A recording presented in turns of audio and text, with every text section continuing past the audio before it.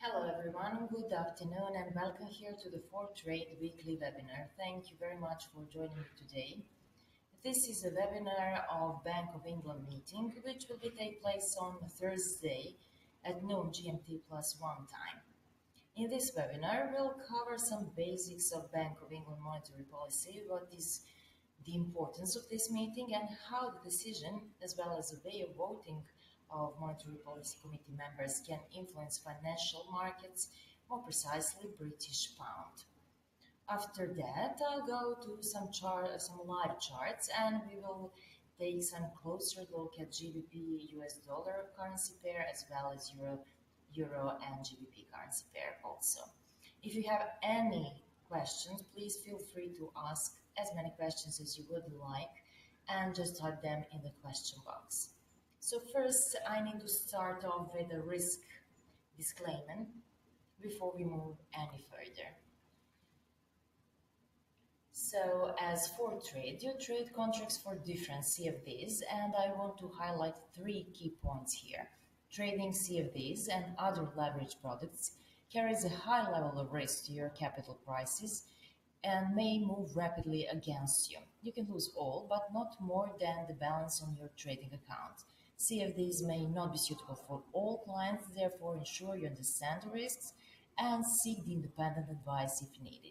You can find the full risk disclosure statement on the For Trade website. So right now, let's go ahead and start with today's presentation. So the Bank of England holds its monetary policy meeting on Thursday, and so all eyes will be on Monetary Policy Committee decision on interest rate and quantitative easing. At the same time, the Bank of England will release its latest quarterly inflation report, containing new projections for economic growth and inflation. It is widely expected that rates will remain unchanged at 0.25%. But what will be more important to look at is the MPC votes to see if any of the members voted for a rate hike, actually. So 2 decades ago, the Bank of England was given independence from political control and the right to set interest rates by itself. On one hand, independence protected Bank of England from political interference, but on the other hand, it raised expectations from the central bank to cure all economy's ills. After the financial crisis, it was also charged with maintaining stability and had regulatory power returned to it. Stripped of its role as supervisor of the UK banks, the bank effectively became a monetary policy institute, with the 9 members of its monetary policy committee changing the cost of borrowing to hit the government's inflation target. With cheap Chinese goods keeping prices low, this was not especially hard to do in those times. Now, its freedom is being challenged by accusation that it's too politically partisan and that it's worsening inequality with its ultra-loose policy. The crisis exposed the weaknesses of Labour's three-party system of financial supervision, with responsibility shared between the Treasury, the Bank of England, and the Finance Service Authority. The bank realized when it was already too late that the crisis can erupt even when inflation is low.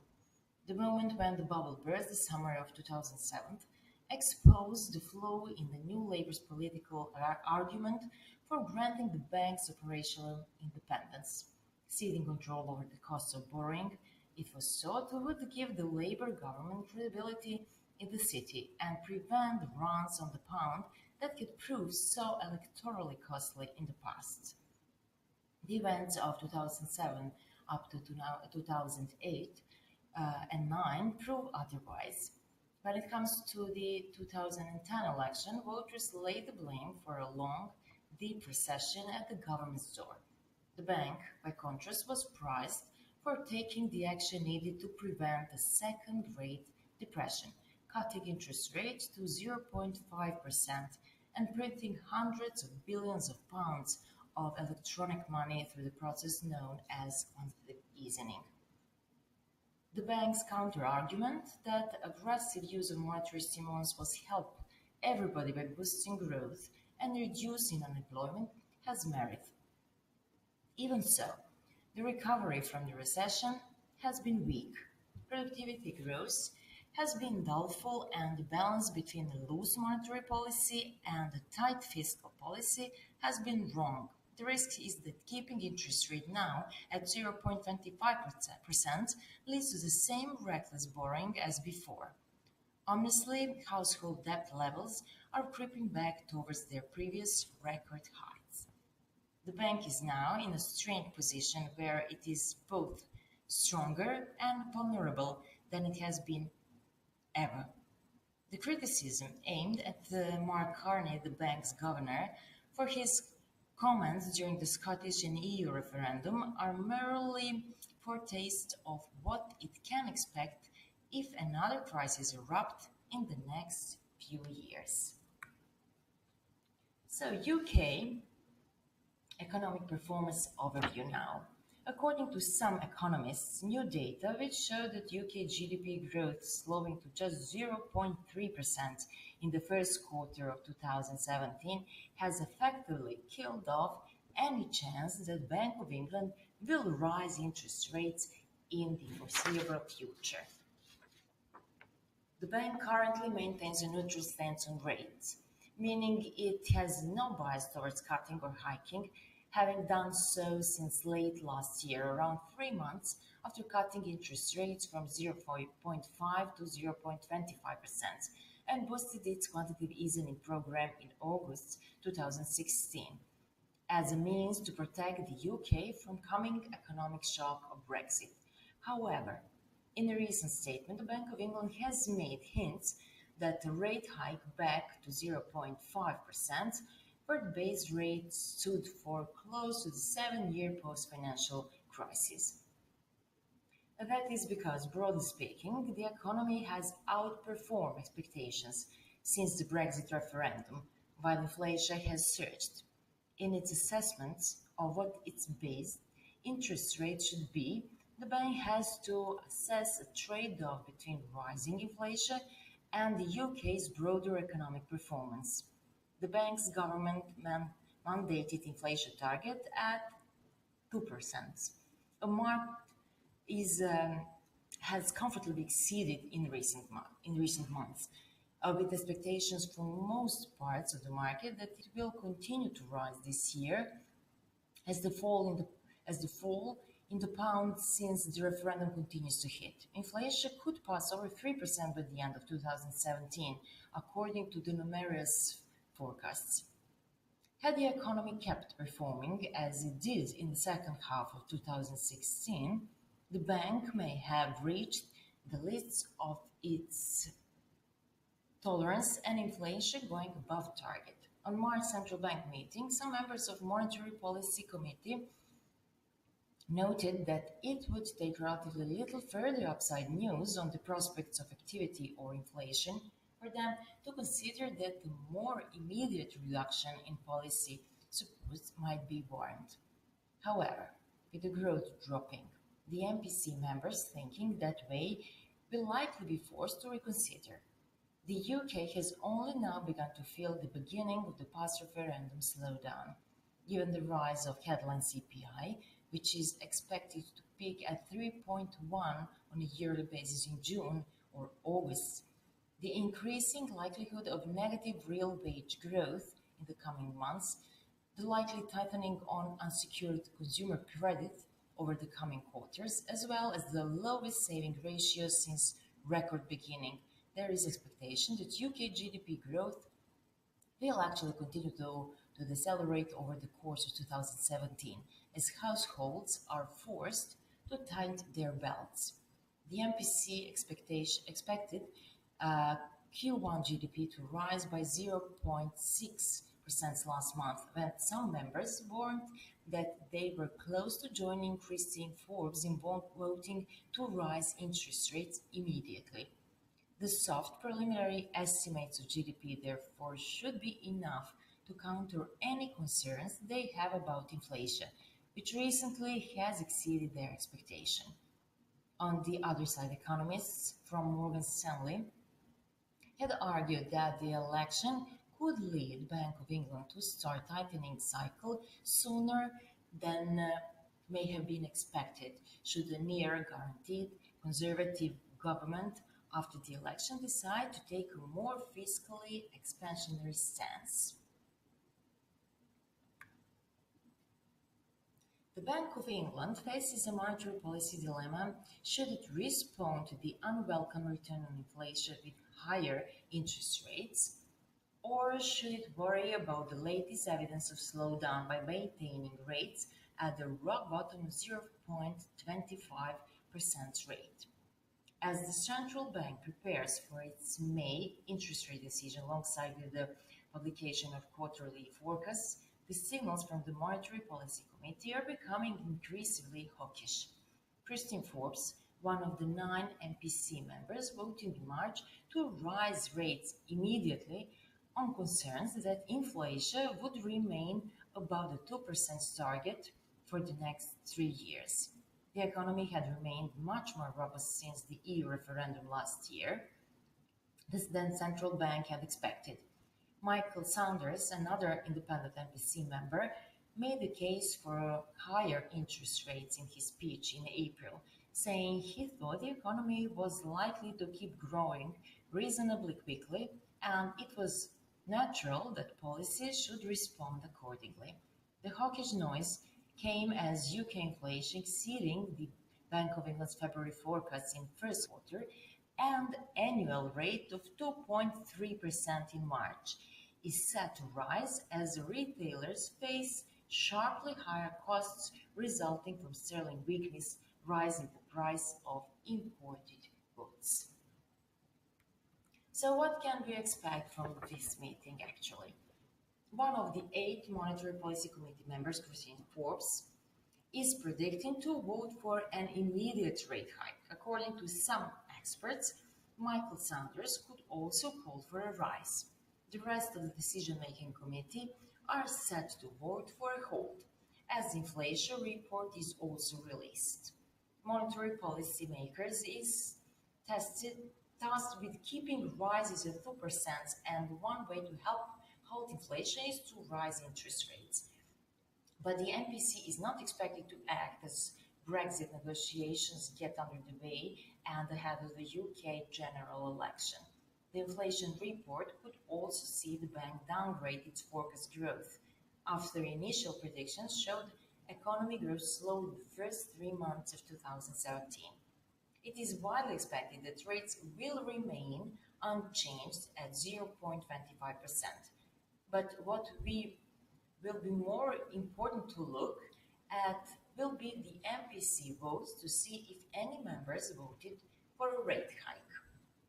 So, to sum up, Britain was on the edge of starting normalizing its monetary policy in 2016, as all the economic indicators were pointing at that direction. But then Brexit referendum happened. Instead to increase interest rates, as it was planned before, Bank of England decided to cut them even further from previous record low levels. So from 0.5% to 0.25% in order to ensure stability within the financial markets and broader UK economy. In the meantime, Theresa May announced that the official Brexit process will start at the end of March by triggering Article 50 of the Lisbon Treaty, and that the most probable scenario will be so-called hard Brexit, the term used to describe a scenario in which Britain is regaining complete control over their borders at the expense of access to a common EU market. Britain's economy managed to keep stability, and majority of economic parameters remained positive in months following the Brexit vote. Brexit negotiations, which are expected to last at least 2 years, are a topic that no one can be certain how they will go down. And the course of the negotiation will most certainly have a huge influence on the UK economy. So for the first signal that the economy is starting to slow down is the first quarter GDP that showed an increase of just 0.3%. And the main concern of the Bank of England is that premature monetary policy normalization can hurt the economy even deeper. So on one side, inflation is strongly increasing and already topped the 2%, which Bank of England marked as a goal, with high prospects of going even further by the end of the year. Although there is a lot of reasons for consumer price rises, the valuation of the sterling is one of them. Interest rates increase would slow it down for sure. So now, when we are finally defined the Bank of England dilemma, let's go on the live charts.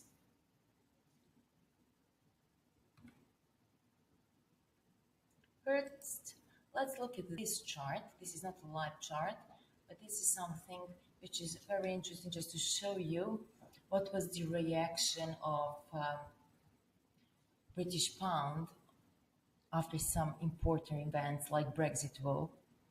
See here, it was a huge fall in that moment. So maybe I can even, okay. So this was in June, sorry. This was in June last year. And then here we have a first cut. It's not the first, it's actually the last cut of interest rates from Bank of England, when it cut its rates from 0.5 to 0.25. So, and after that it was a small recovery. And then again, when Theresa May announced that she would trigger Article 50 by the March of 2017, again, it was last year, this is a huge fall of British pound. And here, I don't know how can you actually see this, but I will try to increase. This was on March 16th, and this was the March Bank of England meeting.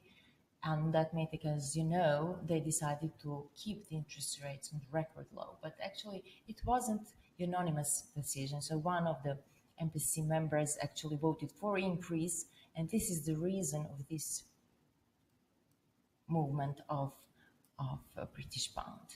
See.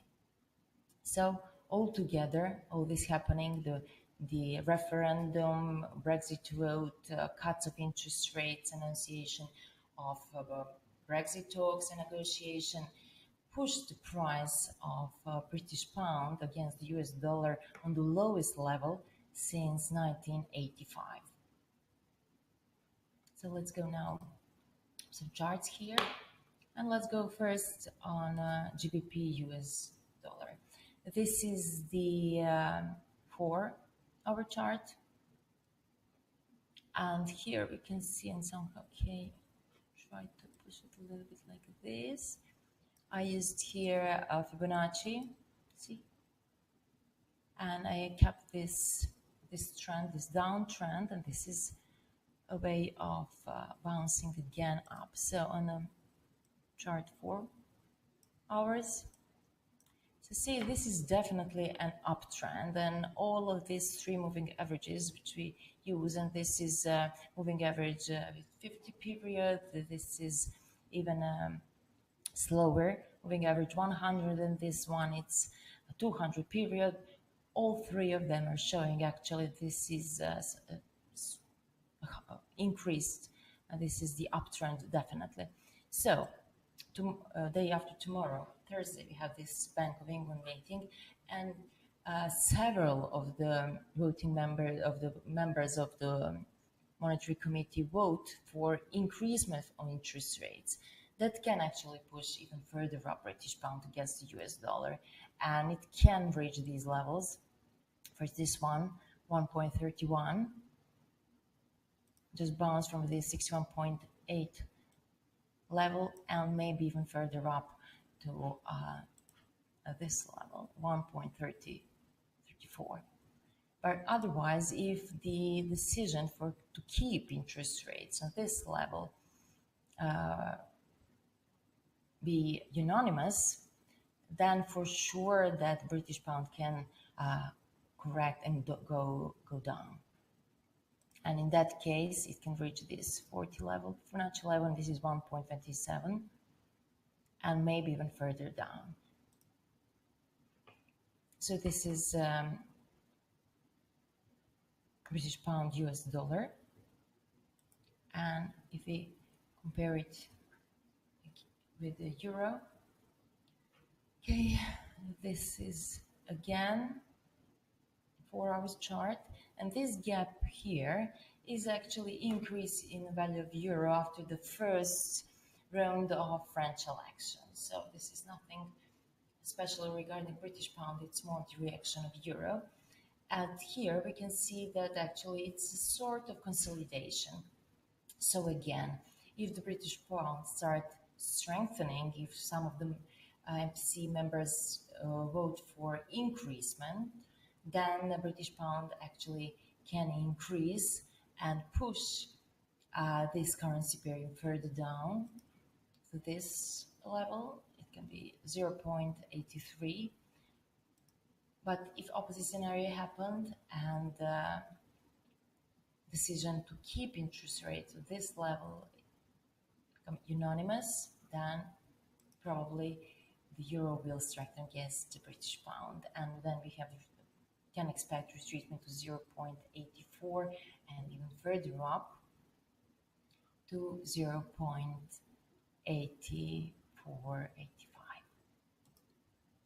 Okay, here we also used moving averages, 50, 100 and 200 period, and here they are just showing us consolidation.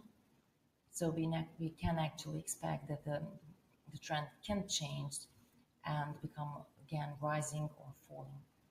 Depends on the decision of Bank of England. So right now, if you have any question, just feel free to ask it. I will try to answer it. Just type it in the question box.